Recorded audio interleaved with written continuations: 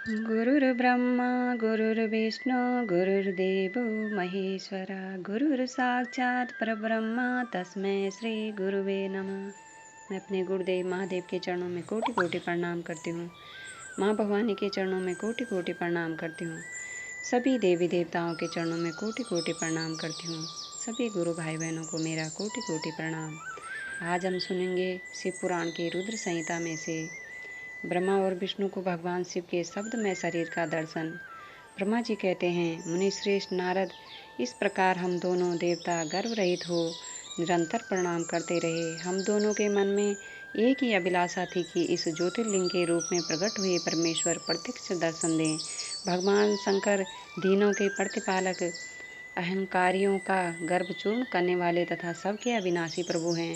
वे हम दोनों पर दयालु हो गए। उस समय वहाँ उन सुर श्रेष्ठ से ओम ओम ऐसा शब्द रूप नाद प्रकट हुआ जो स्पष्ट रूप से सुनाई देता था। वह नाद लुप्त स्वर में अभिव्यक्त हुआ था। जोर से प्रकट होने वाला उस शब्द के विषय में यह क्या है, ऐसा सोचते हुए समस्त देवताओं के आराध्य भगवान विष्णु मेरे साथ संतुष्ट चित्त से खड़े रहे।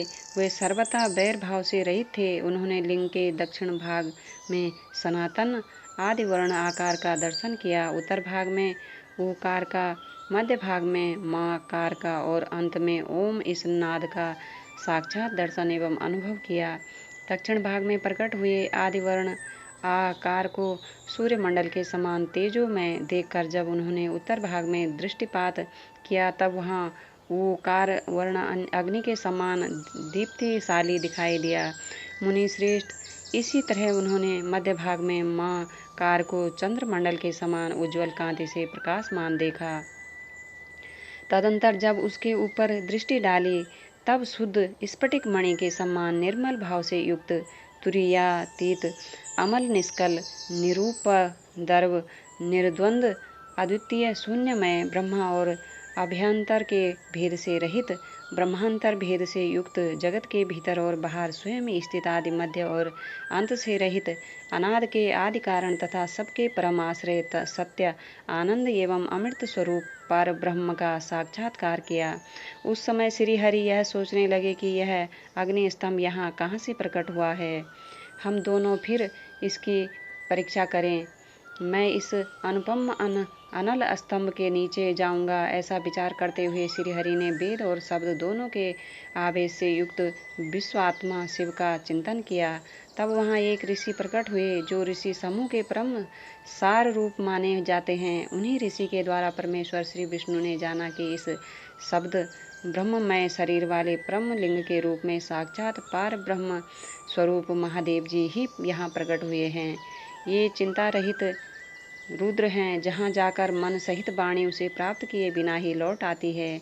उस परब्रह्म परमात्मा शिव का वाचक एकाक्षर प्रणव ही है। वे इसके वाच्य अर्थ रूप हैं। वह परम कारण ऋतु सत्य ऋत सत्य आनंद एवं अमृत स्वरूप प्रात पर परब्रह्म एक अक्षर का वाच्य है। प्रणव के एक अक्षर आकार से जगत के बीजभूत अंड जन्मा भगवान ब्रह्मा का बोध होता है। उसके दूसरे एक अक्षर उकार से ब्रह्म कारण रूप श्री हरि का बोध होता है और तीसरे एक अक्षर माँ कार से भगवान नील लोहित शिव का ज्ञान होता है। आकार सृष्टि करता है, उकार मुँह में डालने वाला है और माँ कार नित्य अनुग्रह करने वाला है। माँ कार बोध्य सर्वव्यापी शिव बीजी हैं और आकार संज्ञक मुँह ब्रह्म को बीज कहते हैं। उकार नामधारी श्री हरि योनि है। प्रधान और पुरुष के भी ईश्वर जो महेश्वर हैं, वे बीज और योनि भी हैं। उन्हीं को नाद कहा गया है। बीजी अपनी इच्छा से ही अपने बीज को अनेक रूपों में विभक्त करके स्थित हैं। इन बीजी भगवान महेश्वर के लिंग से आकार रूप बीज प्रकट हुआ जो उकार रूप योनि में स्थापित होकर सब ओर बढ़ने लगा। वह सुवर्णमय अंड के रूप में ही बताने योग्य था, उसका और कोई विशेष लक्षण नहीं लक्षित होता था। वह दिव्य अंड अनेक वर्षों तक जल में ही स्थित रहा। तदंतर 1000 वर्ष के बाद उस अंड के 2 टुकड़े हो गए। जल में स्थित हुआ वह अंड अजन्मा ब्रह्मा जी की उत्पत्ति का स्थान था और साक्षात महेश्वर के आघात से ही फूटकर 2 भागों में बंट गया था। उस अवस्था में उसका ऊपर स्थित हुआ सुवर्णमय कपाल बड़ी शोभा पाने लगा। वही धूलोक के रूप में प्रकट हुआ तथा जो उसका दूसरा नीचे वाला कपाल था वही यह 5 लक्षणों से युक्त पृथ्वी है।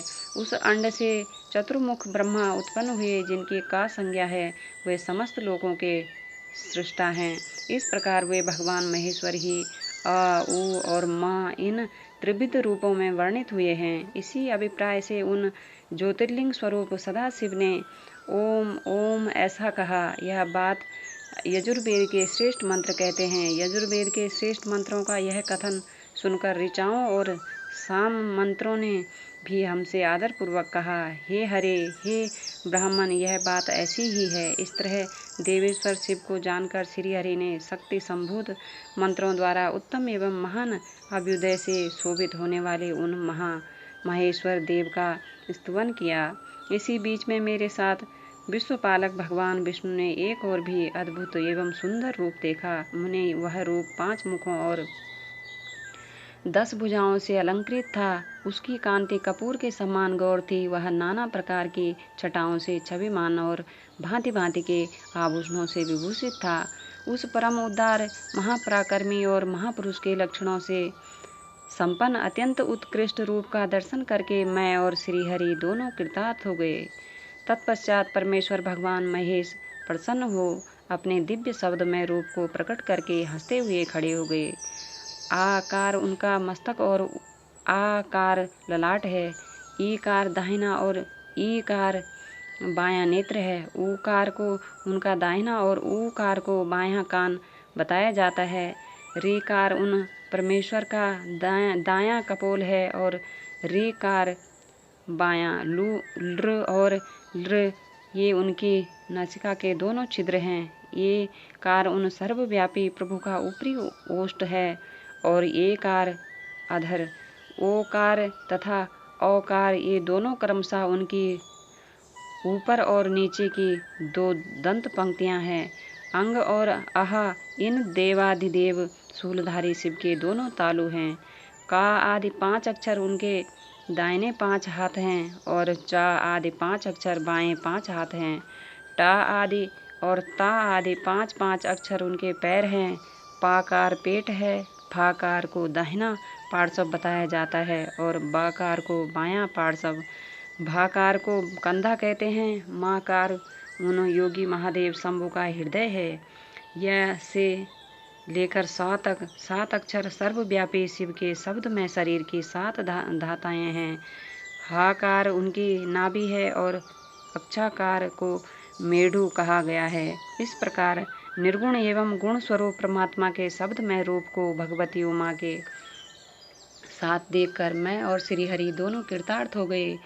इस तरह शब्द ब्रह्म में शरीरधारी महेश्वर शिव का दर्शन पाकर मेरे साथ श्रीहरि ने उन्हें प्रणाम किया और पुनः ऊपर की ओर देखा। उस समय उन्हें 5 कलाओं से युक्त ओंकार जनित मंत्र का साक्षात्कार हुआ।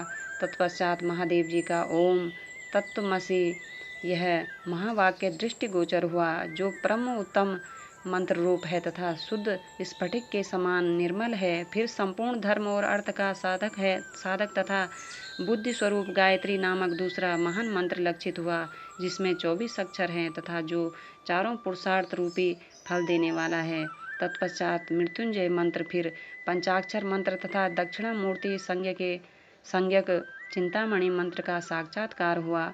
इस प्रकार 5 मंत्रों की उपलब्धि करके भगवान श्रीहरि उनका जप करने लगे। तदंतर ऋक, यजुः और साम ये जिनके रूप हैं, जो ईशानों के मुकुटमणि ईशान हैं, जो पुरातन पुरुष हैं, जिनका हृदय अघोर अर्थात सौम्य है, जो हृदय को प्रिय लगने वाले सर्वग्रह सदाशिव हैं, जिनके चरण बाम परम सुंदर हैं, जो महान देवता हैं और महान सर्प राज को आभूषण के रूप में धारण करते हैं, जिनके सभी ओर पैर और सभी ओर नेत्र हैं, जो मुझ ब्रह्म के भी अधिपति कल्याणकारी तथा सृष्टि पालन एवं संहार करने वाले हैं, उन वरदायक सांब शिव का मैं मेरे साथ भगवान विष्णु ने प्रिय वचनों द्वारा संतुष्ट चित्त से स्तुवन किया।